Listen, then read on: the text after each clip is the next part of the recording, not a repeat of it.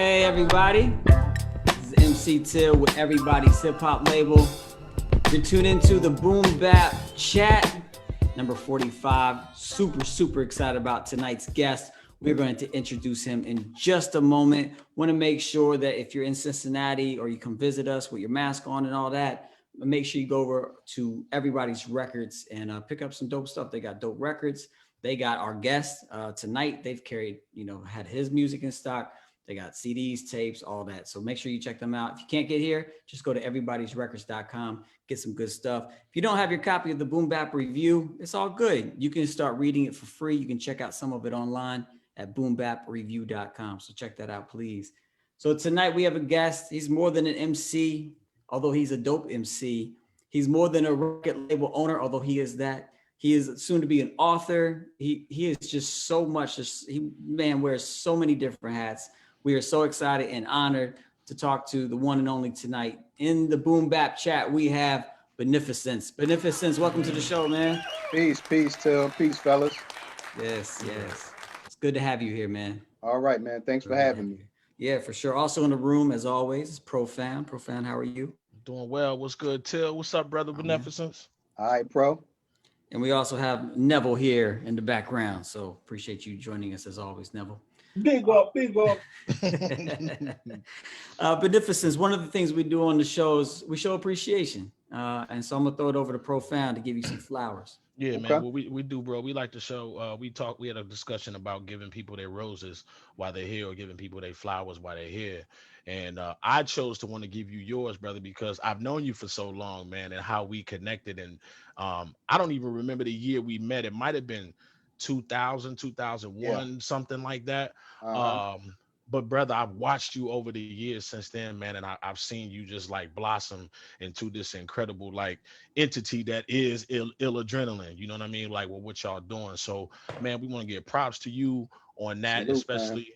And props as an MC for one. You're still doing it like you do.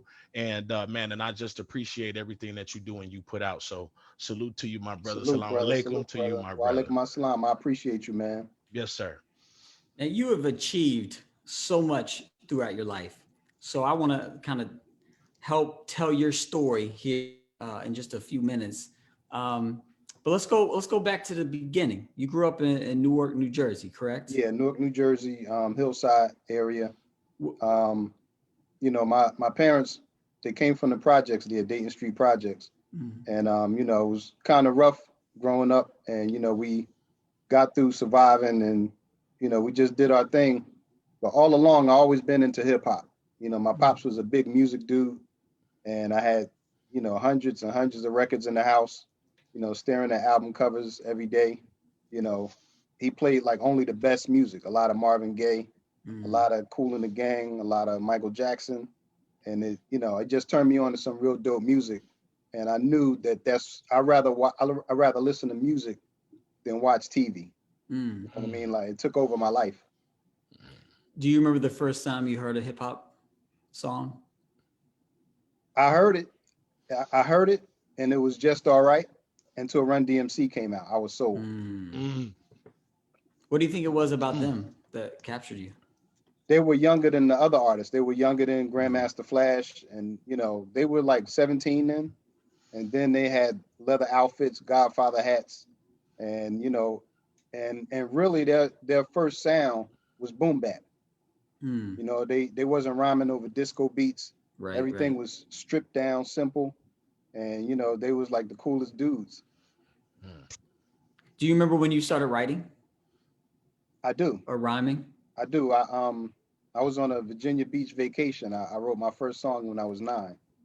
Oh wow.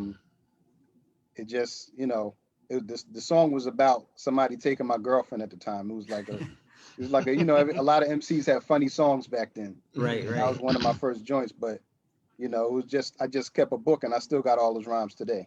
Really? Do you remember that rhyme? Do you remember the first song? I don't remember it, but I have it written down. I have like all my Wow. books in like different folders. Do you go back and like look at it and reminisce? I do. And it that's has cool. the grade I was in. It was like 4th grade, 5th grade book, 6th grade book.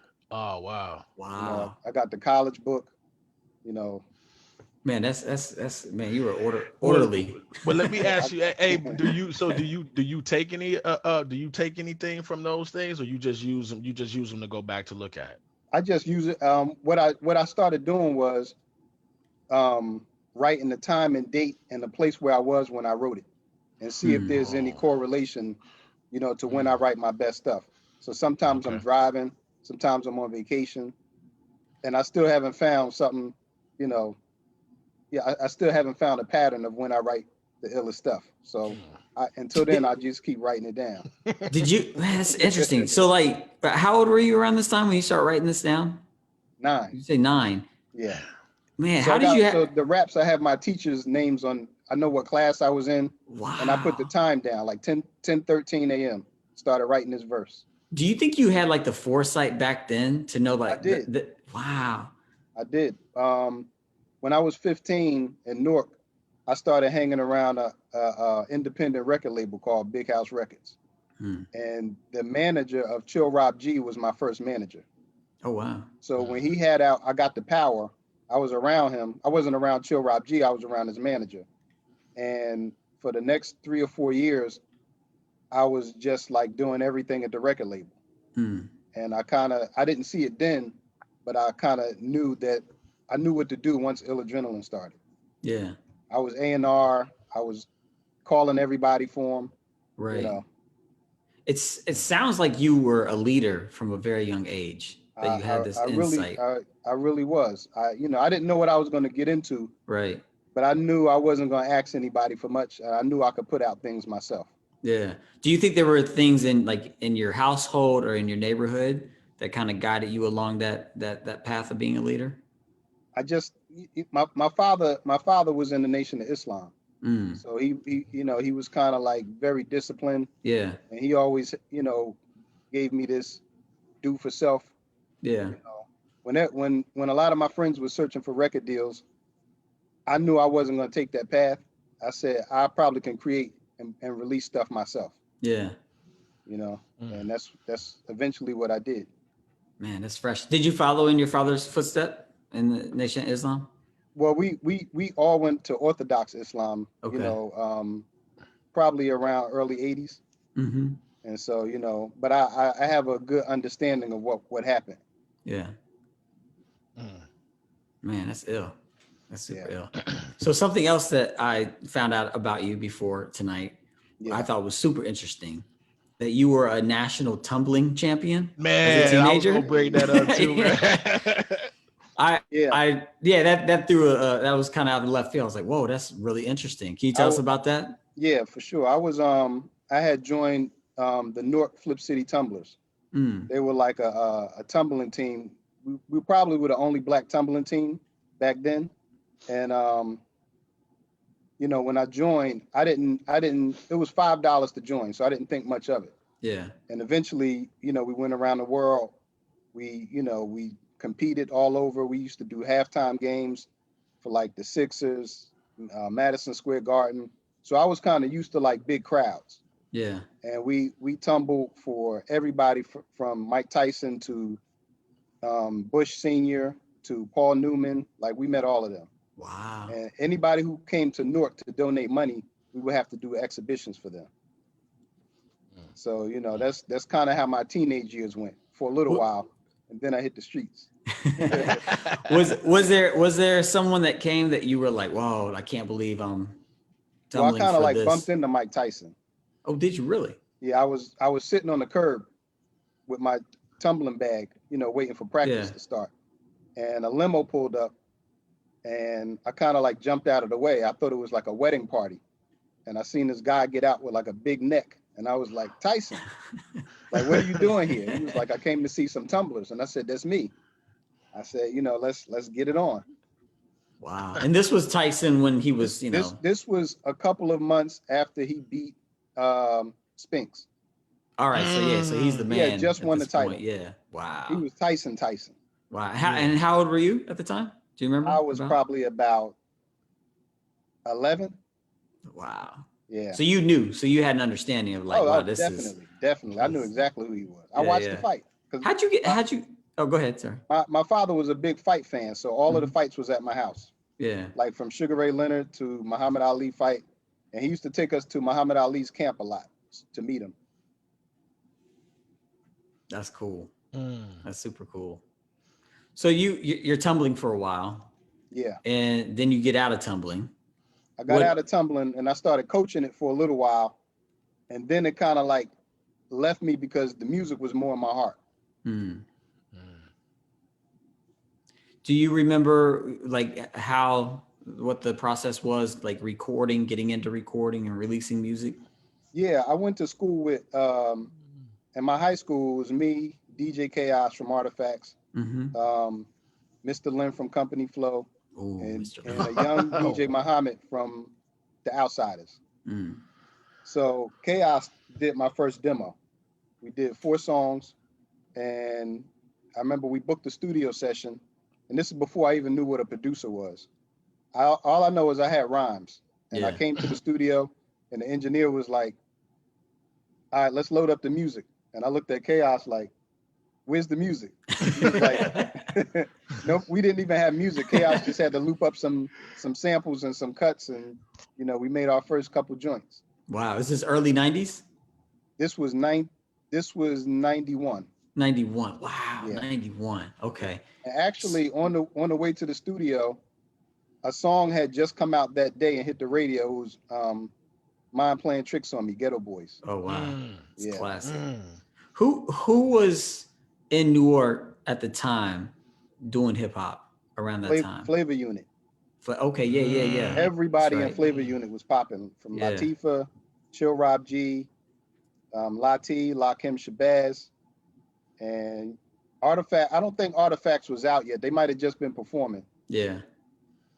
Were there other? I assume all those artists were inspiring to you.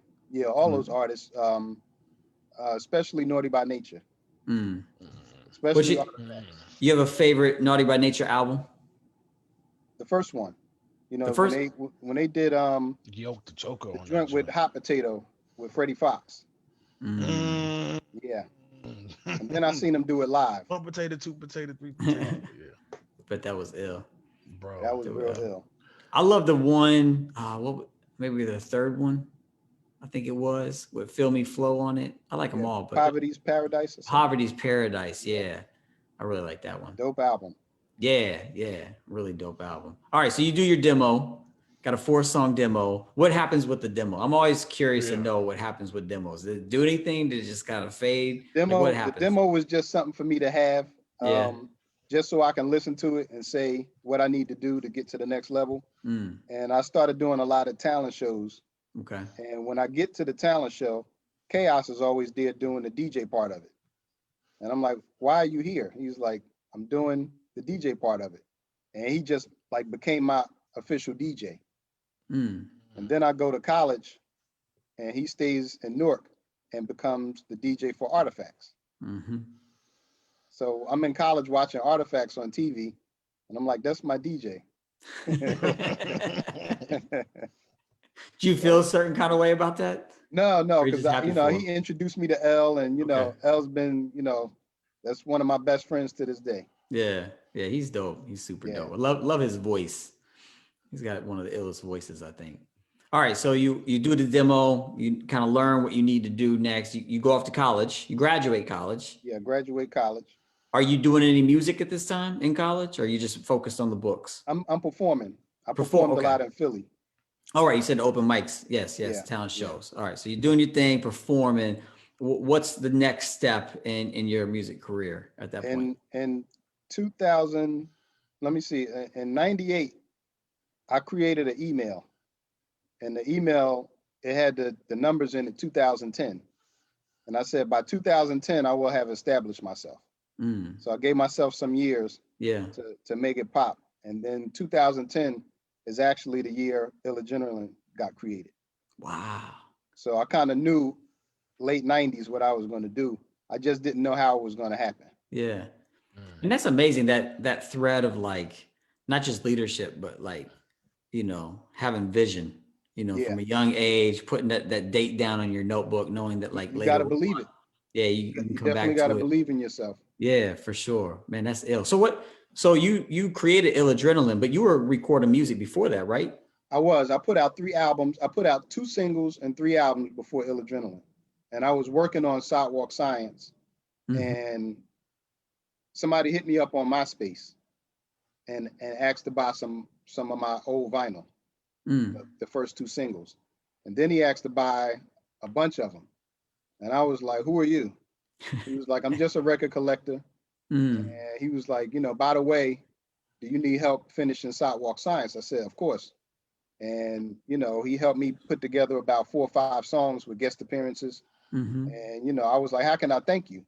He was like, "I never told anybody this, but I would like to start a record label." Oh I wow. said, "Well, I always put my stuff out independently. I'll finish my album and let's create something together and I'll put it out." This was Benny, Mm, That's right? Benny. Benny. And mm. is he still around with He's you? still around. He's Okay. he's still executive producing everything. Um, he's out of Germany. Oh, That's nice. what's And up. That's super we've dope. we've done to this day we've done 54 releases and I've never met him. Wow, you've never it's all been just Yeah, and phone we and we we virtual. communicate every single day, rain, snow. I assume you know what he looks like. I've seen one picture of him. Really? It could be he could That's be Russell amazing. Simmons for all I know. I don't know. Yo, that is amazing. You've built But this thing up and never even met him. yeah, but we trust each other. Yeah. Oh yeah, I You would know, I would assume. Yeah. I've Wow. toured Germany. He wasn't able to make the shows. So I was a little disappointed. But I was even in the airport coming back from Germany, and I was like, "Benny, can you make it?" And he's like, "Oh, I can't make it today." And I'm like, "All right, this Wow. might be Russell Simmons. I don't know. It's like a I like could be a being trolled." like a hip hop catfish edition. That's ill. I want to ask you a lot of questions about Adrenaline, but before that, I do want to ask about something that's not necessarily directly related to the music. Something Sure. that I also found out about you about doing some motivational speaking at youth detention centers in New Yeah, Jersey. yeah. I thought that was super ill. Yeah, tell us about that. I just I had a lot of hookups with people in detention centers for some reason, and they was Mm, like, "Can you come there and perform and speak to people?" And I was like, "They kind of don't need me, like because I was kind of young too, so I was like, right, I can't see them listening to me." right, But when I yeah, got there and spoke, I really see that they will listen to you. yeah, I was showing up maybe 8 o'clock in the morning. They didn't want to be there. After 30 minutes of talking, you know, you can really change and impact someone's life just by letting them know your experience and a lot of stuff that they've been through in the street. I've been through. mm. Um, it wasn't too much that anybody in there had been through that I hadn't been through. Oh wow, So that's why they started listening to me. And then, you know, once I got comfortable with it, I was like, all right, send me to another one. Send me yeah, to another one. I just started going around Essex County and Union County and Jersey, just, speaking to the youth. And this is a good thing. yeah. That's dope. What would you say? Like, what was the premise of what you would share with them? Don't let your past convictions or anything define your future. Mm, I said just a few years ago, I was in your situation. yeah, And you can still bounce back. You can do whatever you want to do. You can go to college, start a record label. You can do whatever you want to do. But right, if you let your faults define yourself, you'll be stuck forever living in the past. yeah. What do you Mm. think helped you in that regard to learning from your faults and taking a step in a different direction? I'm not too hard on myself. Mm, And yeah, each day is a new day, and you have to surround yourself with positive people, and you have to have some type of faith in yourself that yeah, that you're gonna prosper and do better. yeah. Yeah, That's that's dope. dope. Yeah, super dope. Yeah. But I want to ask a lot about Adrenaline Records. But before that, Neville or Profound, you guys have anything on your minds you want to I ask mean, or talk about? I just was gonna comment on the motivational speaking. I've had an opportunity to do that as well, with some middle school children in Chicago on the South Side before I Yeah, came down here to Florida. it's I dope. didn't think they were gonna listen to me either, and it's amazing. Um, that they, I would say it was like sixth, seventh, and eighth graders. Yeah. And the unique part about it was at that particular time, their parents knew who I was as an MC more than Ah, they knew me. So okay. when they went home, I was there for like, I think it was like the week. So they went home the first day and told their parents who was teaching them for the week Yeah. at Yeah. this period. Then they really came back more attentive, and I had the NPC in the class, That's like good. I was teaching the whole class, for we were there for like, not out of class like all day long. So Yeah. I had different classes that came in and out. So man, I had to, give you some more roses on that, because man, it's not easy to do. And You right? I agree. I didn't think that they were gonna listen either. Yeah.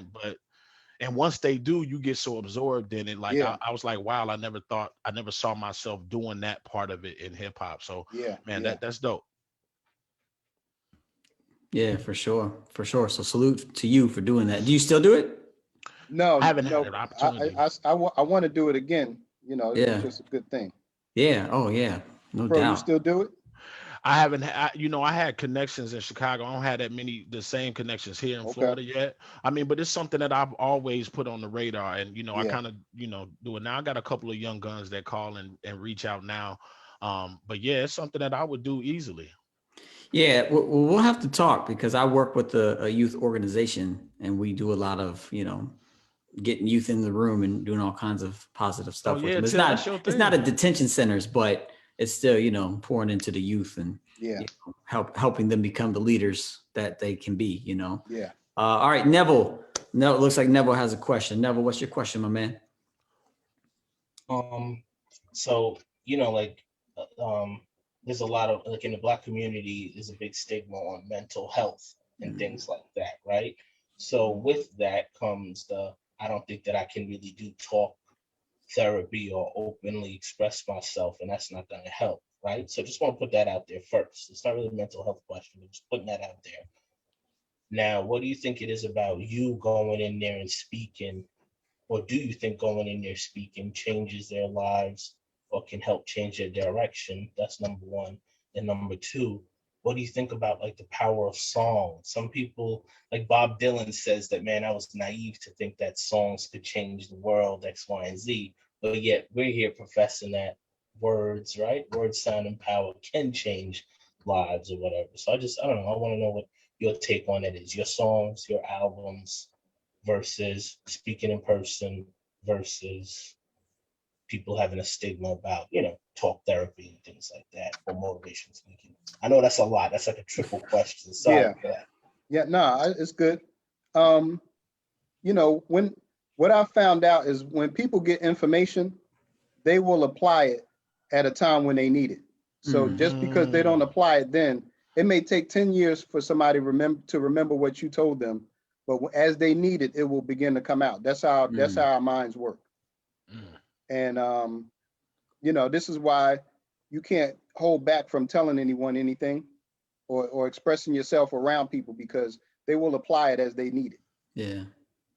And I just think, especially teenagers, they're searching for their own identity. And I think, as they come into adulthood, they will apply those lessons heard.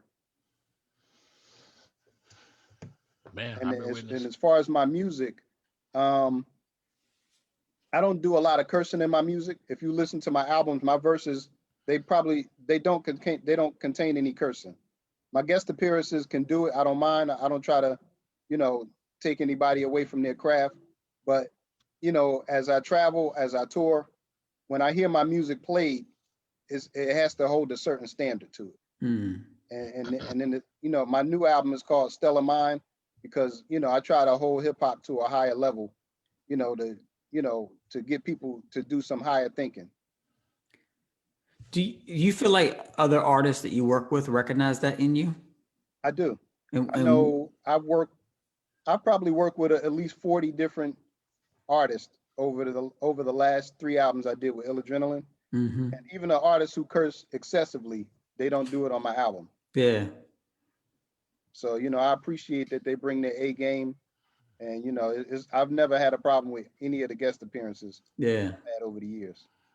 Speaking of Adrenaline, you put out this vision, or you kind of had an idea, like I think you said 12 years before you actually did it. Yeah. And you started it in 2010 Yeah. with some guy named Benny.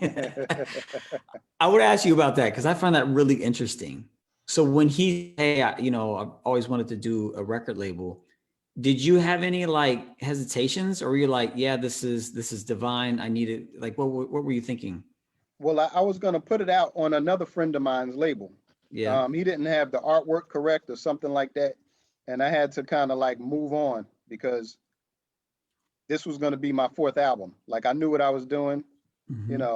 and I was kind of like, my album will be done in 90 days. Let's come up with a label name and let's, do it. And he wanted to name it Sidewalk Science Recordings. And I was like, what if the album flops? Every other artist has to have Sidewalk Science on it. Right. So he was like, all right, let's go with Adrenaline. And I said, that's perfect. Was there any like thought behind that Adrenaline name, or is it just something he came up with? Adrenaline came from a song. I forgot the name of the song, but the song, it was a rap line by Rob O, who was part of CL Smooth. Yeah. He was on P Rock and CL Smooth's album. Yep. So he said a line, something like Adrenaline, and it just sounded like a dope line. Yeah. And we took it, ran with it, and probably within 60 days, we developed the logo.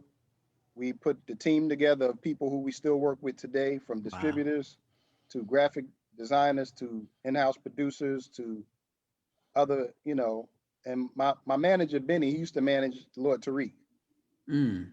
So, he's done a lot of things for people, and he just has a way of managing. Yeah. So, he's co-owner of the label, and he's also my manager. Oh, that's cool. Yeah. For those that don't know, for those that, on Friday, now it's Friday, and an album just pops up on Spotify or whatever, and they just listen to it and think that's dope. For those that don't know, can you walk us through, like, from the moment the album is thought about to its creation to getting it on, platforms? Can you walk in, like, the artwork? Can you, like, kind of walk us through that whole process for folks that don't know about it? Sure. First you record first you brainstorm about what the theme of the album, because you can't make an album without the theme behind it. It has to be a cohesive album. You have to get your theme right. Then you got to get the music in first. You get the music in, and the music has to reflect the theme of the album. Yeah. Then you start writing the album. And once you get comfortable writing the album, you start rehearsing it, and then you go into recording the album. Then once you record it, you get a person to mix the album, to get all the levels right, and then you get the album mastered. And at the time when you're mixing and mastering, you start thinking about what's going to be the main single, what's going to be the second single. Then you have to, if you want to support the album more, you have to shoot a video for it. You have to find a videographer. And all of this takes money, time. Yeah. You have to plan, you have to pre-plan, because the last thing you want to do is get stopped because you don't have enough money to promote your album. You just finished recording. Then you have to send it off to the digital distributors. You have to send it off to the pressing plant if you're going to do vinyl. And it's just a lot of, it's a lot of time and money involved. Yeah, I bet. In the end, it's well worth it, because we treat music like an art, and like a painting, is worth 1,000 words. And if your music is dope, it will inspire people. Yeah.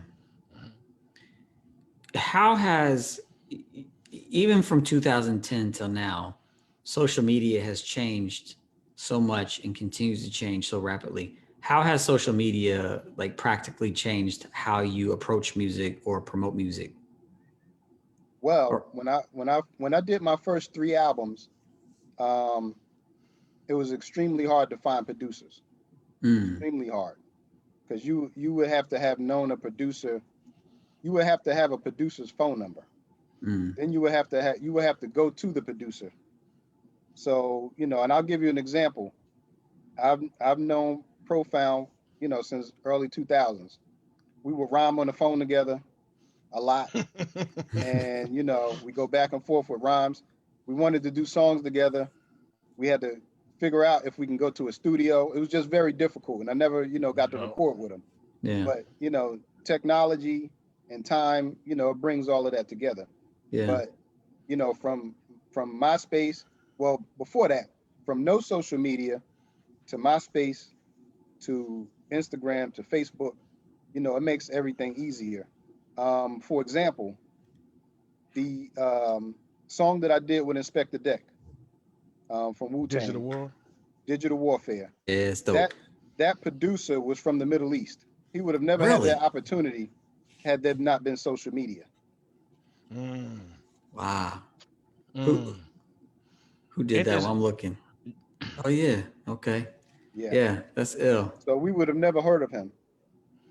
But now, That's you know, dope. he has a Wu-Tang song under his credit. That's a good Man. point. And that was smart going with that as the single because that is a Oh, yeah. incredible song, and obviously Deck. Thank you. So yeah, Thank you. I appreciate it. yeah, for sure. Profound. Any thoughts, man? Before I move I'm on. just soaking it up. He's absolutely right. We did used to rhyme on the phone, man, and Yeah. it's a whole lot different now because I know we get ready to do a couple of albums now. See, watch. That's right. That's right. It's way easier now. Like, hey, Beneficence, man, I sent that file to you, man. You got it. That's You right. know, I mean, Yeah. but you know what though? It's a gift and a curse to a degree because it does take away the camaraderie of everybody being in the studio together sometimes. You're Yeah. right. You know what I You're mean? right. But you still have to do what you gotta do. Yeah. And at the same time, you probably wouldn't do songs with people if you had to wait around, you Right. know, in order to Yeah. meet them or to, you know, and people are so busy now, their schedules are, you know, like when I did the video with Inspector Deck, we shot the video in Times Square. Hmm. His schedule was so hectic. He was on his way. He made a pit stop to shoot my video because he was on his way 2 blocks down to meet with the entire Wu at like 2 a.m. to do a session. Oh wow. He said, I'm going to come up a few hours early and do your video, and then I'm going on to the Wu. So I Wow. was like, you know, Did you want to go with him? definitely, definitely. And this was around the time when they had that secret album out. Oh, that's right. And I was like, you know, what are y'all recording? Can't talk about it. Oh wow. Can't talk Was about this was the album that was there's only one copy? it. Yes. Yeah, I was just watching of Mike's and Men last night? I think it was. I haven't seen that And yet. I'm dying to see it. Man, it's good. It's on YouTube for free now. Okay. So Okay. and it's not I will like definitely- bootlegged. Like Showtime Okay. put it up there on their Okay. channel. But I think I'm on episode 4, and that's the episode they get into that album. That's dope. It's always I love listening to Wu-Tang express their differences Yeah. Yeah. because yeah, they're so passionate, and then they're like, "But that's my brother, though." So Yes. Right. I still love him. I agree. Like, I I agree. mean, I that's you know how I it hate is. that he did this. He's a sucker. Blah blah blah. That's Yeah. my brother, though. I love him. That's right. Yeah, I think that's real ill. They're So one unit. One unit. yeah. So that if you haven't watched that, definitely check that out. It's done very well. So, For sure. but you will have to, afterwards you'll be wanting to listen to Wu-Tang for like the whole night. So, Wow. Wow. Huh.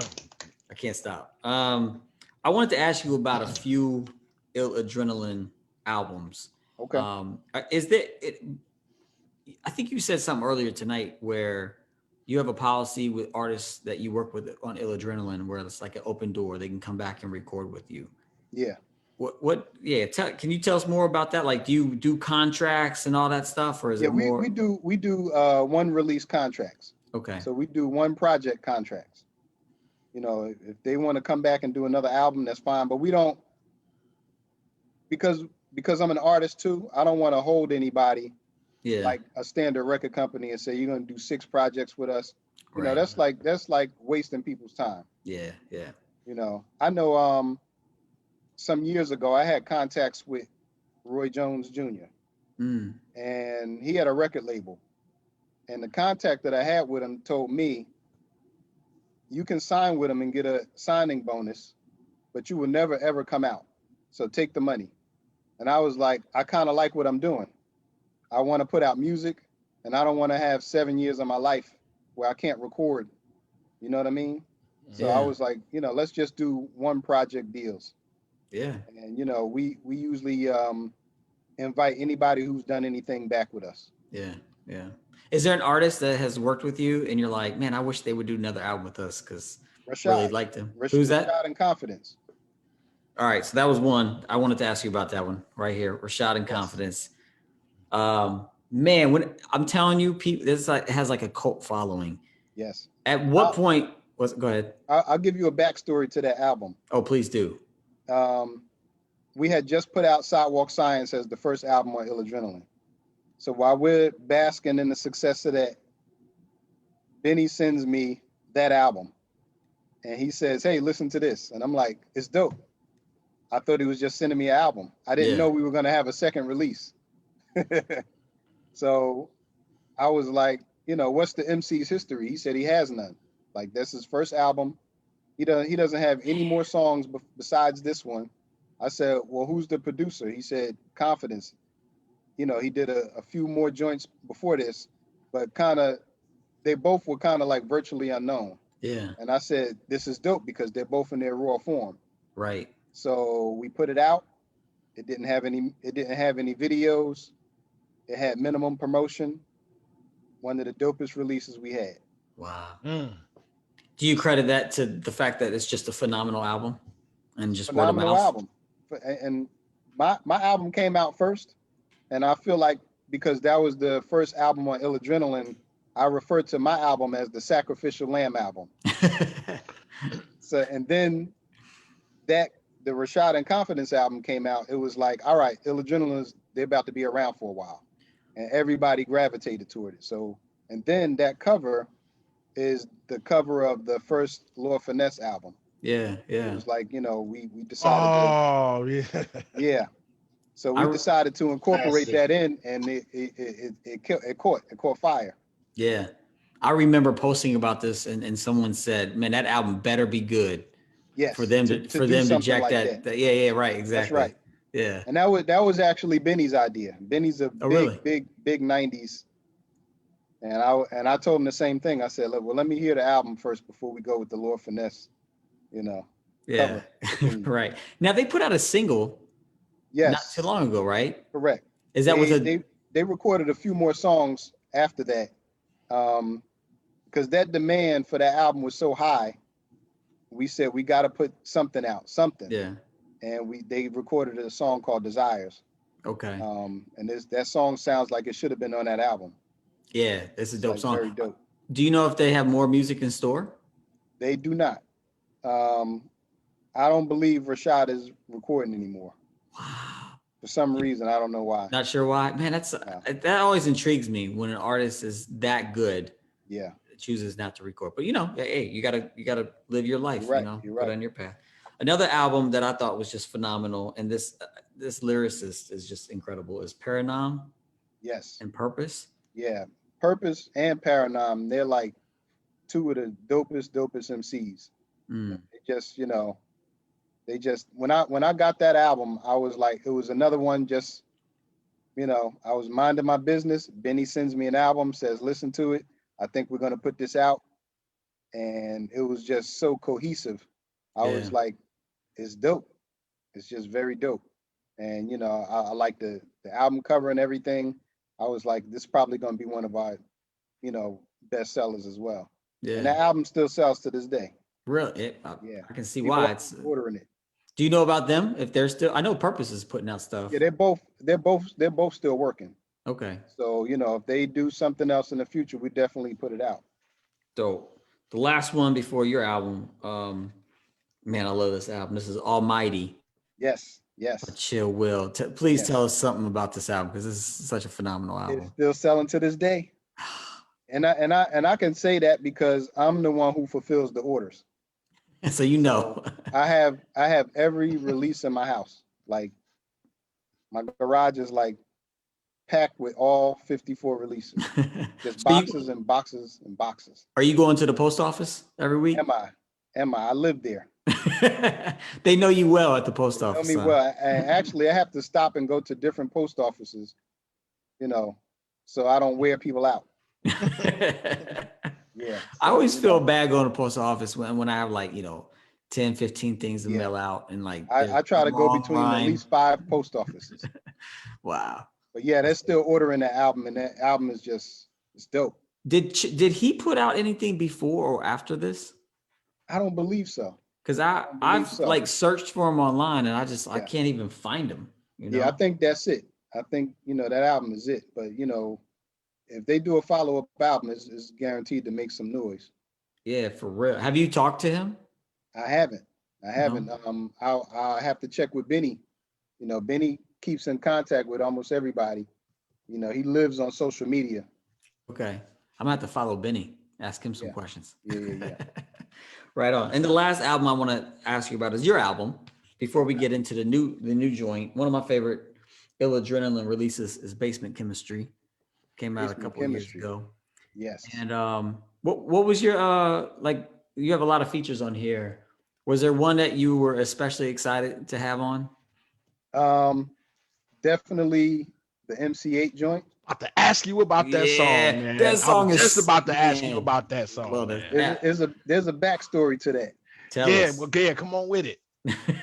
1995 at the Source Awards, Oh, that's right. Oh, yeah. DJ Quick got on stage and dissed MC8.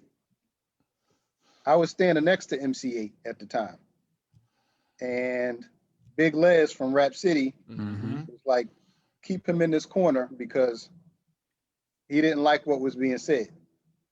One thing led to another, and Fife came up. Rest in peace. Mm. And me and Fife ended up trying to hold back MC8 from running to the stage. Once we held him back, he asked me to hold the door open so he can go to the car and get something. And I said, you can't do that in New York. It's never gonna happen. You're at Madison Square Garden. It's never gonna happen. So he calmed down after a few minutes, and that's when Suge Knight took the stage, and we all know what happened with that. After that, whoa. All of that was one night. Wow. All of that was one night. So fast forward many, many, many years later, and I contact 8 for a guest appearance, and in a 15-minute conversation, the only 2 words he said was "yeah" and "for sure." That is it. That is it. I said, I got a concept for a song. He was like, "yeah." That's I was hilarious. Like, you know, I said, I'm gonna put it out, this, that. And he was like, "For sure." I was like, I'm gonna send you the music. You know, I said, you remember me and Fife and the whole fiasco at the Source Awards? Yeah. That's it. So for 15 minutes, that's all I got out of him. And I was like, I don't know what he's gonna say on here. And it was dope. It was just dope. That's one of the, and that beat, Yes. man, that beat is so ill, so Yes. ill. That's funny that you mentioned him and his signature word, because I found a Compton's Most Wanted album at the record store last week, and I took it up to the, my buddy that runs the store, and he put it, he grabbed it and he said, "Gia." And I give you another backstory to that song. In high school, DJ Chaos from Artifacts, he gave me, we swap albums a lot. Mm. He gave me Compton's Most Wanted, which I never heard of, and I gave him Lord Finesse. So we swapped albums, and I loved it. So when I got the 8 feature, it was only right for me to have Chaos do the cuts on it. Oh, wow. That's dope. That's super dope. Something else I love about this album is you have, obviously you have 8, and you have some legends on here, Inspector Deck, Chubb Rock, but then you have some cats like SD Knack and Mine's One, and you have forget the producer. Where is it here? Where is that producer? But you have legends, cats that came from the early 90s, even Yes. back in the 80s, and then you have cats that are newer, Yes. on there. Was that intentional? Definitely. Between me and Benny, we pick, we kind of pick who's going to be the dopest. Mm-hmm. We just have a good ear of people who make good music.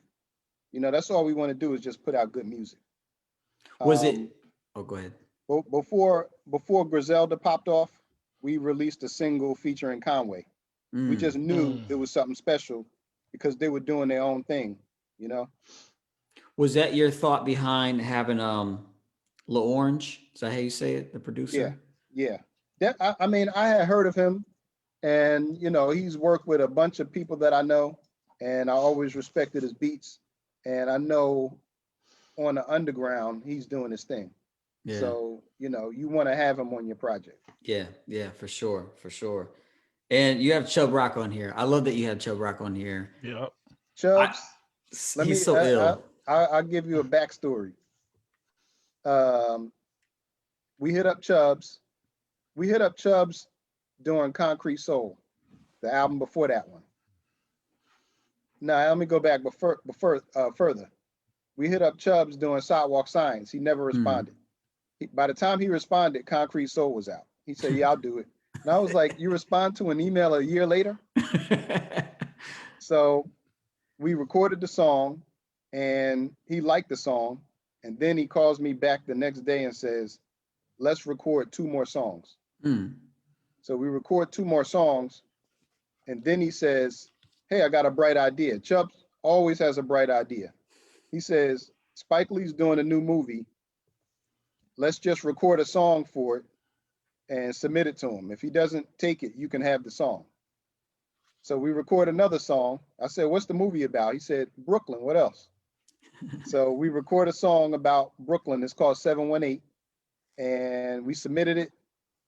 He said he liked it, but it was kind of slow. So I said, "Can I keep it?" And now this is going on my newest album.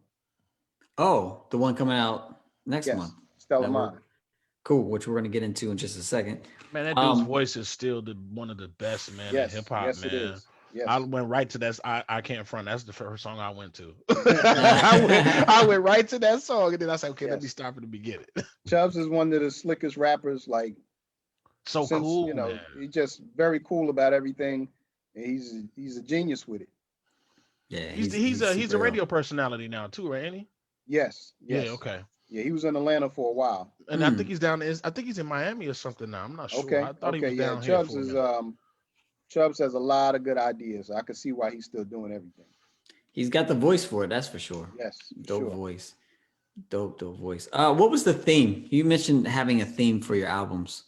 When you went into making this, yeah, go ahead. Yeah, Basement Chemistry, that was basically how I started with Chaos in the basement, just making some raw music.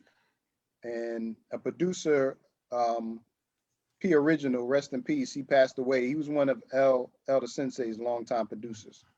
We took that photo in his garage, which he turned into like a basement theme. Oh wow. So over in he has, you know, hundreds of album covers all over the place, like a basement. So, you know, I called him up. I said, I need to shoot my photo shoot of my album cover in your garage. He said, "No problem." But we needed to make this album sound like it was created in the basement. And just the chemistry from all the different artists and producers, you know, that was the theme. Yeah. That's great. I love this album. I appreciate it. The only critique I have of this album, the only frustration, yes, is that you didn't use the intro beat for a song. I love that beat. Man, that beat is so ill. Like I was like, "Oh, come on, rhyme to this, make it a song." But it sets it off. That beat is so dope. So you have a new album coming out, Stellar Mind. Yes. Soon.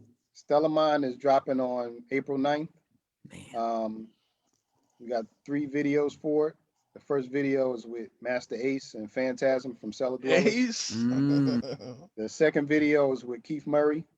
The third video and third single is with Elder Sensei and rest in peace DJ Chaos. Some other features on the album are with Ali Vegas, Truth No Lie, Shabam Sadiq, Wordsworth, Lord Tariq, who's been on my last 3 albums. Again, Chubb Rock is on there. Nice. You know, it's just, and the entire album is produced by Confidence, who I work with most of my Ill Adrenaline time. Have you done an album like that where you had one producer? I have not. So this is what made you want to go in this direction? Me and Confidence always discussed it. Yeah.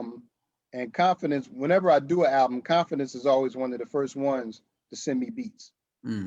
So even when I'm just finishing an album, 2 weeks later, Confidence is sending new beats. I'm like, all right, I'm starting a new album. Like, so he said, all right, well, let's, just let me handle the whole thing. And I said, let's go. And, Man. Confidence has his own fans like a rapper. A lot of producers follow Confidence, and I just think it'll be dope. And this is the album cover, Man, look at that. That's fresh. 4-9. And, I think Oh, that's crazy. it's just going to set off everything. Yeah. Oh, that's real. Where is Confidence from? He's from Boston. From Boston. Okay. Yes. Yeah. He makes some incredible beats. Incredible. Yeah, thank you. And just, for people that are following along, he's the same Confidence that made all the beats on this classic joint. So this new album. Well, Beneficence is, track record. So it's going to be a dope album for sure. So not too long after that album releases, you have a book coming out. I got a book coming out, the memoir. There it is, the memoir. Oh, fresh. Concrete Soul. Yep, the memoir making of ADRENELINE Records. And so, in the memoir, I basically go into my life growing up and everything, still keeping it music related, but a lot of trials and tribulations before ADRENELINE started. Yeah. It wasn't, it wasn't something that I just popped up with and said, let me just start a record label. There's a long history, going back, a lot of street stuff, a lot of college stuff. And it's just an involvement so you have a better understanding and appreciation of where ADRENELINE came from. We don't, because I don't know Benny like that, there's not a documentary on ADRENELINE, so I figured I'll write a memoir. So, because we get a lot of emails of how did ADRENELINE start? Yeah. So I hope I clear everything up in the book. And just so you hear from the man or men behind the music, I thought it would be dope. Yeah. Obviously people like myself, fans, will, I think, enjoy reading this book. Who else do you think this book is for? Like who could benefit from reading this book? People who want to be successful at anything in life. It's a motivational book. It's a book about staying on the right path, about doing something positive. And don't get me wrong, there's some chapters in there. There's a lot of wilding out, but and that's how one person is not the same person. We all have different levels to us. Right. We all are at different places at different points in our lives. But in the end, you can do something positive to impact people. Yeah. Yeah, for sure. So, if you're planning on starting your own record label, I give some tips in there. I give a lot of tips on MCing, a lot of tips on, just being a better person. And, I grew up a lot around the Boys and Girls Clubs in Newark. So, I write, I just want to inspire the youth on how to, take control of your life and make something better of yourself. Yeah. Yeah. That's really dope. I look forward to reading it. I appreciate it, man. Yeah, for sure. I assume this is your first book? First book. Yeah, it'll be out on Amazon. It'll be a paperback and also on Kindle. Nice. So what was that's coming out 4/23. 4/23. So just like 2 weeks after the release. Nice. Did you have, was there something else? I know you mentioned the emails where people were asking you about ADRENELINE. Was there something else that was kind of nagging you for years? Like, you should write a book. Was there something guiding you along to start that process? Just sitting around telling stories. I would be in college telling a bunch of stories, and they'll be like, you seem to have been everywhere.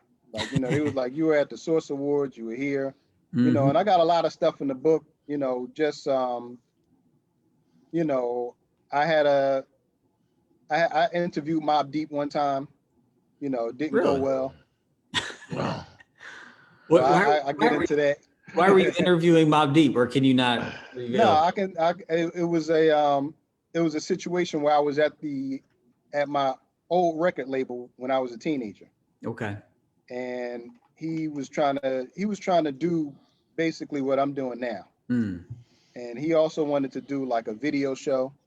and he hired a videographer. He was like, all right, you're gonna do these interviews. He was trying to do like YoMTV Raps before YoMTV Raps. And he was like, all right, there's a show in Newark. You're gonna interview Mobb Deep, Coogee Rap, and Rakim. That was it, and MOP. That's who was at the show.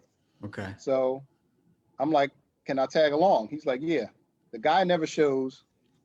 He tells me, take the camera. He said, I'll hold the camera. You interview Mobb Deep. I'm like, I need preparation. So we go in their dressing room, and they're looking like, why are you here? And so we start the interview, and the essence of Mobb Deep is in the dressing room. So it's like 100 people in the dressing room. And, you know, I asked them what was the inspiration. Same questions y'all asking me now. I asked them, and they just giving like one-word answers. And I said, so what songs y'all gonna perform tonight? They were like, a lot. So I was like, all right, cut the interview. And they was like, wait a minute. We know. And I was like, nah, I'm done. And then I go off to Coogee Rap's room, and, you know, it was dope. And, you know, but that was my meeting of them. Wow. Does that video still exist? Someone stole it from me in college. Oh, really? Oh, man. And did they know they were stealing that? Or were they just stealing a bunch of stuff? That video it was so much stuff from that night. It was a big argument between the promoter and MOP's manager, this guy named Lays. And I was studying his argument because I said, I need a manager like that. Like he was fighting to get them money. Yeah. And the biggest thing on the tape was Rakim was performing, and I had the camera, and sitting around the stage at that time was Redman, Kenny Parker, KRS's brother, Mobb Deep, Coogee Rap, a bunch of other people. And they were looking at Rakim like a student looks at the teacher. And I was just like, wow. And when Rakim came in, he literally, his entourage was 150 people at a show. And on the tape, I stood by the back door where they came in at, and I would just press play and say, let's count. 59, 60, wow. 149, 150. He literally walked in with 150 people with him. That's wow. And the cars coming in to the venue looked like a funeral. This was just the Rakim entourage alone. Wow. I was like, wow. Around what year was this? This was when he had the 18th letter out. Oh. Okay. So it was around mid 90s. 97. Yes. Yeah. Wow. I was like, wow. That's wild. Yeah. Profound. Neville, anything on your minds you want to ask about? Nah, I want the book. I want the book. And the book is it's also a situation, a funny situation that happened at a Wyclef party that DJ Chaos was spinning, but you have to get the book for that. Oh, yeah. You got to drop the eggs in there. That's man. Right. Yes. There, so people will be able to get the book through Amazon. Yes. On 423. Actually, on 4/9, when my album comes out, they can also pre-order the album. The book. Memoir on Amazon. Oh, dope. Yes. So you're not going to have to go to the post office every time someone orders a book. No. That's nice. No. Yeah, that's great. I need a break. For sure. Beneficence, anything before we get into this last little activity we do? Is there anything that we missed that you want to talk about to the people? Not really. You know, everything you know that I didn't say is covered in my memoir. In the memoir, okay. Yeah, I go into depth about a lot of stories. Right on. That's dope. One thing I forgot, Mark McCauley, who follows us on Facebook, and this dude knows his music. You got into it a little bit, but he wanted to ask, what's it like going from an artist to running a hip hop label? And going back and forth. Yeah, you have to really care about what you do. You know, you have to, you know, some days I have an artist hat on, Yeah. Some days I have an A&R hat on, and you have to really separate the two. You know, I don't want to get so involved in running a label where my lyrics suffer or my album suffers. Right. You know, and I don't want to, you know, go halfway into making an album. Like when it's album creating time, I sit back and focus, you know, certain days of the week, and then certain days of the week I'm listening to new albums, trying to see, you know, who we're gonna put out. Right. And you know, sometimes I have to listen to beats, sometimes I have to look at videos, Right. and sometimes I have to write artist bios. You know, I do everything you could do on a label, and you know, it's just dope. But the main thing I want to do is stay fresh on material. Yeah. When you're in the creative process and writing, do you at all think about like what's next, like how to market this, you know, or how to advertise this, or do you try to like just turn that off totally when you're creating? No, I kind of, you know, I kind of had videos in mind, and Okay. Actually for Basement Chemistry, I only recorded like 3 songs, and then I went out and shot videos. You know, I shot the video with Ace, Spec the Deck, and the one for AG. And then I took about 6 months off, and then I finished the album. So, you know, I was like, all right, I got 3 videos and no album. That's interesting. You did it like that. And one more thing I will say is that Benny usually comes up with the titles to my album. Oh, that's dope. He'll think of a bunch of names, and then he'll run them across me, and I'll pick one, and then the album is based on that theme. Did he pick Stellar Sound or Stellar Mind? Stellar Mind, yes. Yeah. That's dope. Very good. Cool. Well, the final thing we like to do before, you know, the shout outs, we like to do a little activity called One Word, where I'll name an album and you just tell us the one word, first word that comes to your mind. All right. I got a few of these, but I'm just going to name a few too. So the first one, I'm going to take it over to the West Coast for this one. This is America's Most Wanted by Ice Cube. What's the first word that comes to your mind? Raw. Yeah. Raw. Do you remember when you heard this album for the first time? Yes, Chaos gave it to me. Like, oh, really? I was such a big fan of Ice Cube. Like, I literally, for at least 5 years, I didn't listen to anything else. Oh, man. Like, you know, he put out Kill at Will, and then Death Certificates. Like, for that time span, nothing else got played in my deck. Nothing. Yeah. Like, I was a huge Cube fan. Is that your favorite Cube album, America's Most Wanted? Yes, that and Death Certificate. Yeah, Death Certificate is in dope. my top 10. That's Cube's dope. in my top 10. Yeah, he's ill. All right, the next one, I don't have the picture, but the next one is The Greatest Adventures of Slick Rick. Or The Great Adventures by Slick Rick. You better stop. Creativity. Yeah. You know, I was walking in the store, and I was passing a record shop, and I backed up because I thought I seen Slick Rick in the window. The album had no promotion, and I said, "Can I see that?" And I said, "Is this Slick Rick, like the rapper?" He said, "Yes." I said, "Why is there no promotion?" He said, "I don't know. It's just in the store." And I said, "I hope it's good." And I didn't go to sleep all night because I was listening to it laughing. and I played it for all my friends the next day, and like nobody had it for like at least like 2 or 3 months. Yeah. But you know, it was dope. All right, next one came out a little bit after Slick Rick. Warriors by MOP. Wow. Street.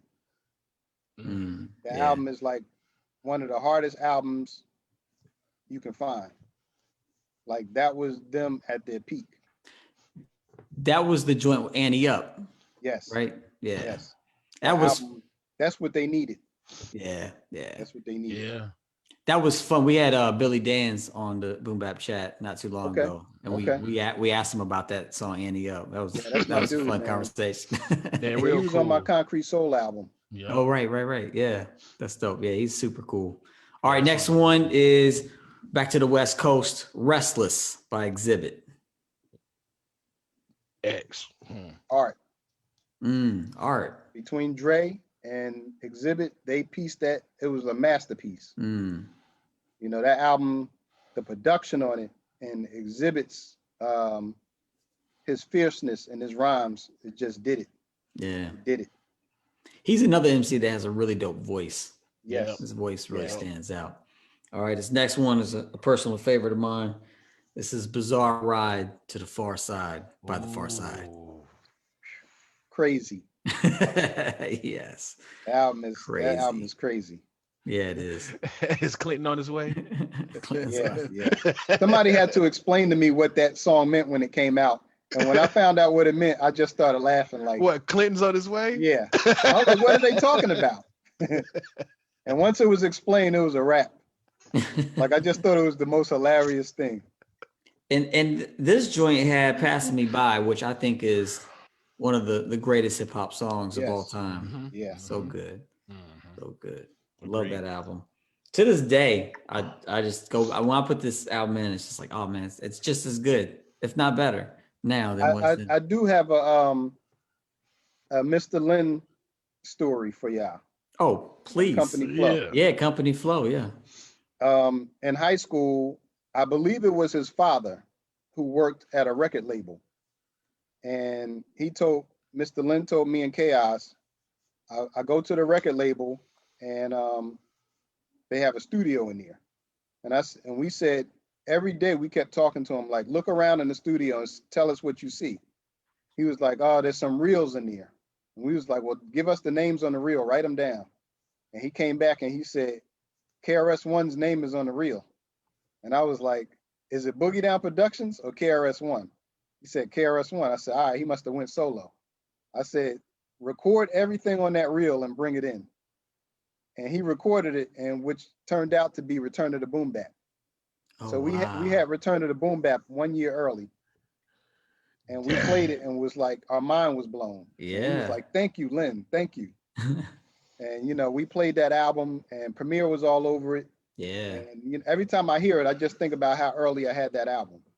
Man, so that album was done at least a year. Yeah, it was just before it came out. Yeah. Now, why do you think albums sit that long before they come out? Are they getting ready, like they're putting together their promotional plan? Sometimes it's the production line. Sometimes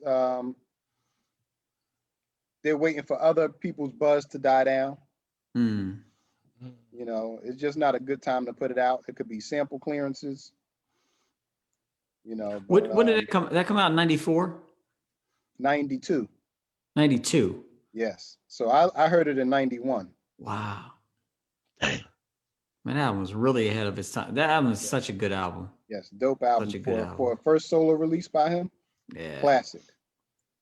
I think that has, in my opinion, that has the best production on it of any KRS, you know, Boogie Down Productions. And then for it to be called The Return of the Boom Bap. Yeah. And the album was like all boom bap. Yeah. It was dope. Yeah. Yeah, when someone says, what's boom bap? Like, you just take them to that album. Like, you hear it. You hear the boom, you hear the bap. That's boom bap. For sure. That's what it is. Last album here, The Miseducation of Lauryn Hill. Emotional.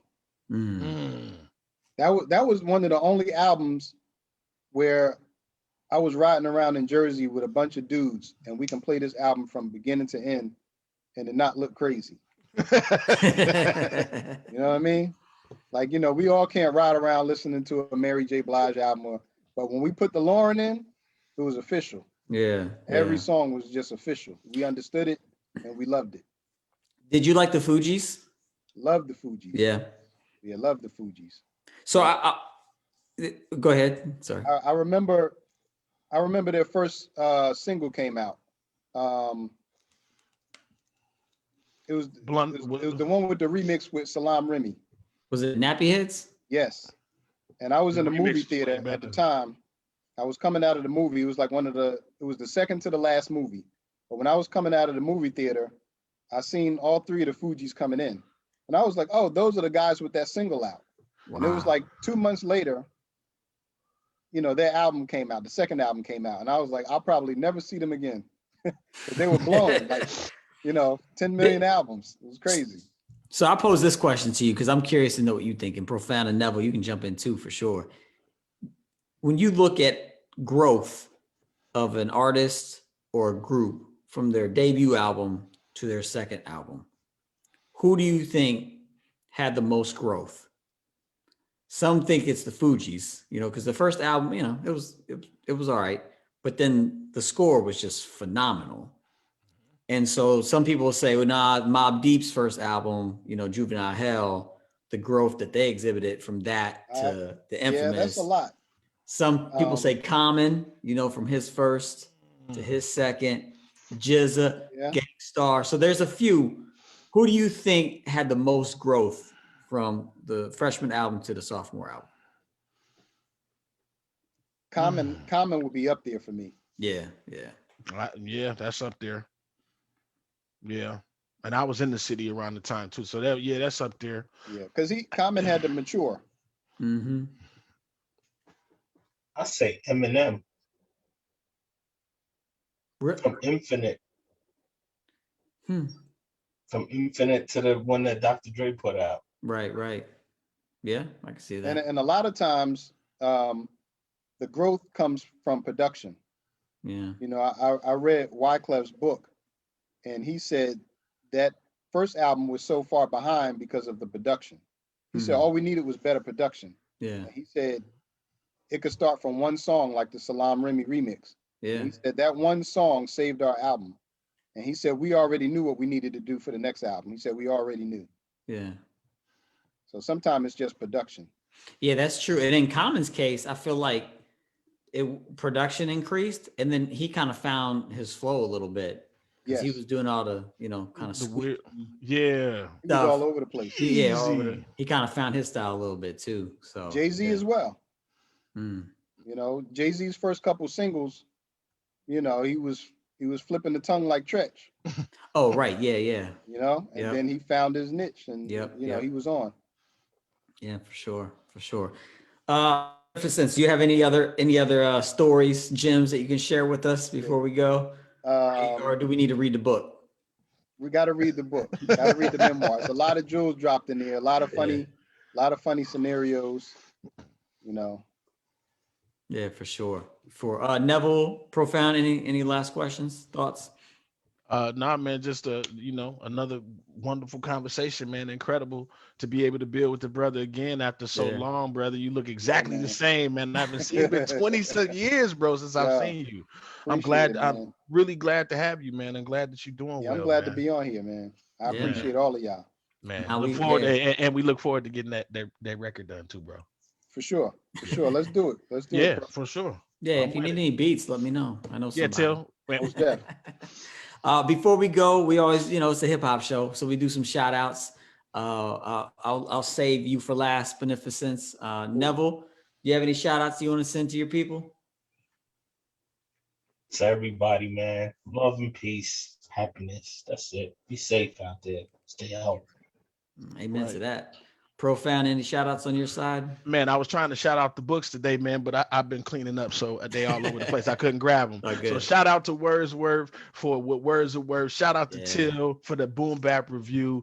Shout out to my man, my brother Raheem, brother Beneficence, Neville, I know he's with us. He at home studying. Man, just shout out to everybody, man, and I just hope everybody out there that's listening, we giving a big shout out to y'all, man. I hope everybody having some positive energy in their life, man, because we sure can all use it. And in this world, man, spread some positivity somewhere, bro. Yeah, no doubt. Shout out to everyone going through pain and loss. I know there's a lot of that, no matter what time you're alive, but especially now, it seems like there's a lot going on. So shout out to you if you're experiencing some loss. Hope you find some comfort in the days and weeks ahead. Big shout out to MJ and our guest next week, Doodlebug, C Knowledge from Diggable Planets. Really excited to chop it up with him. So shout out to him for coming through next Thursday. And obviously, shout out to Beneficence and the whole ADRENELINE crew and Benny. I really appreciate you taking your time to come and share with us. Sure. Yeah, and with that, if you have any shout outs or anything you want to say to the people, Yeah. Shout out to take it away. everybody, who supports Adrenaline Records, man, over the last 10 years. We appreciate y'all. Rest in peace, Chaos and P Original. Big shout out to my brother Elder Sensei. He taught me a lot over the years. And thank y'all for having me on here. Yeah, no doubt, no doubt. A million. And as always, on that note, we say peace, peace, peace, Peace, peace. peace, peace.